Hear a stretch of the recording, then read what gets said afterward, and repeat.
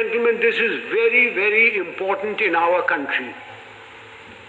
We have tremendous pressures. We have large families. We have fathers, mothers, uncles, aunts, nephews, nieces, their fathers, mothers, etc. We have pressures from them.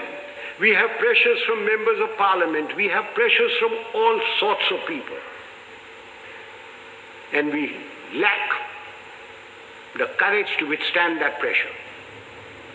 This is very important for us in India. And that takes me to the next attribute: moral and physical courage.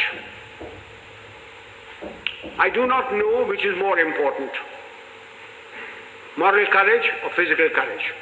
Were I talking to a lot of soldiers, I would lay emphasis on physical courage.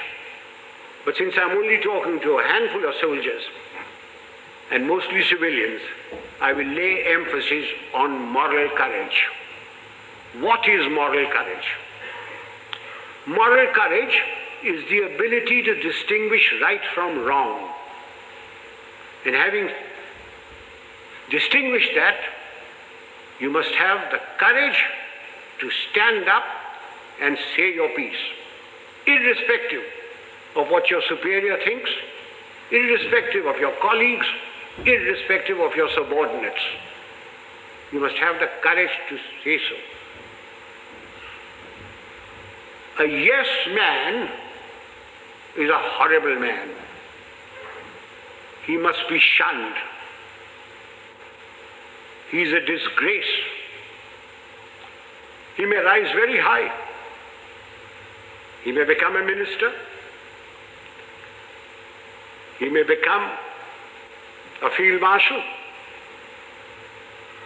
but he will never, never become a leader. He will be used by his superiors. He will be disliked by his colleagues, and his subordinates have no respect for them. Moral courage is essential.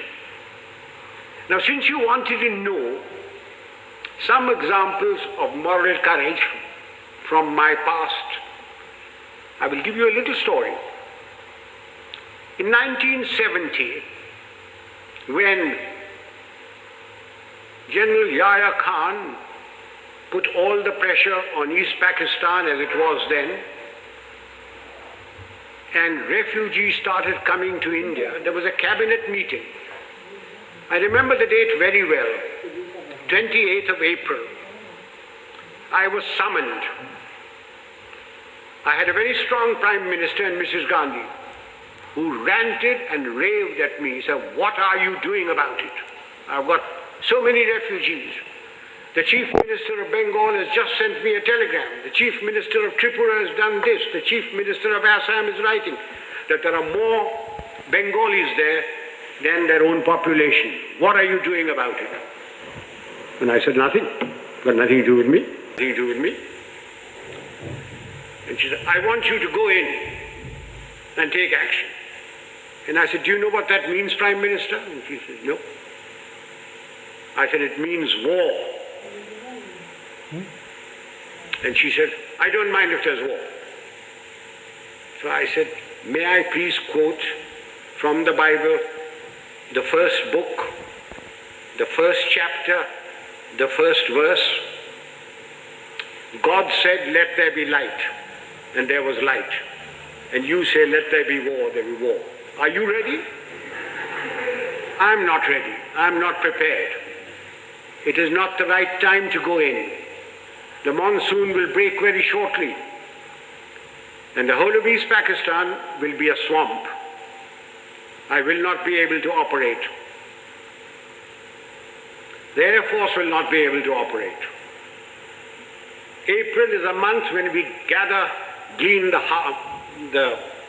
harvest. And the agricultural minister was Mr. Fakhruddin Ali Ahmed. And I said, "I will require every railway wagon, I will require every train, I will require all the road space to move my troops.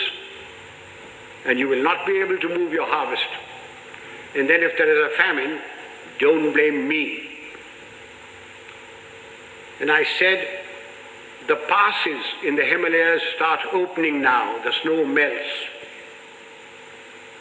And then if the Chinese give us an ultimatum, I will have to fight on two fronts.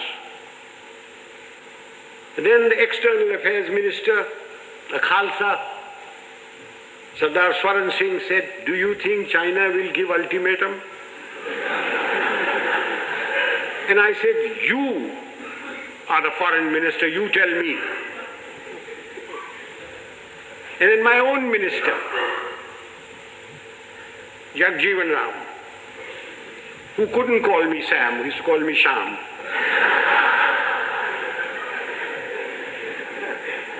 He said, Sham, maan jao na. I said, you ko manne ki baat hai? I'm telling you what the facts are.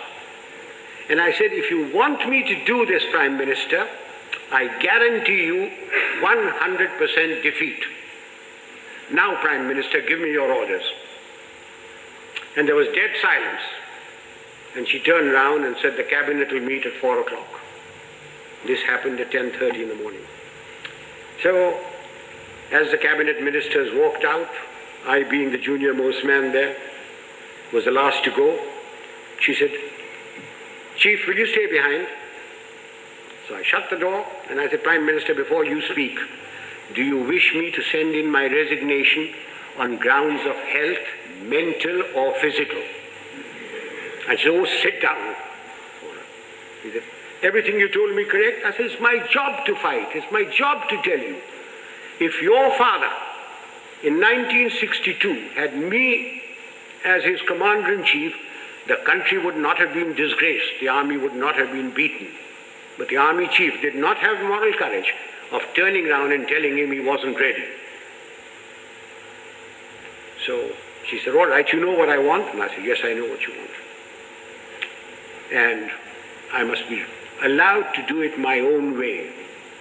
And she said, all right, you know what I want. So ladies and gentlemen, there's a very thin line between becoming a field marshal and being dismissed. I just gave you an illustration of moral courage.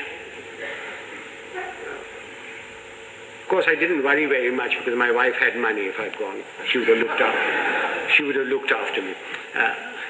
So much for moral courage. Now I come to physical courage.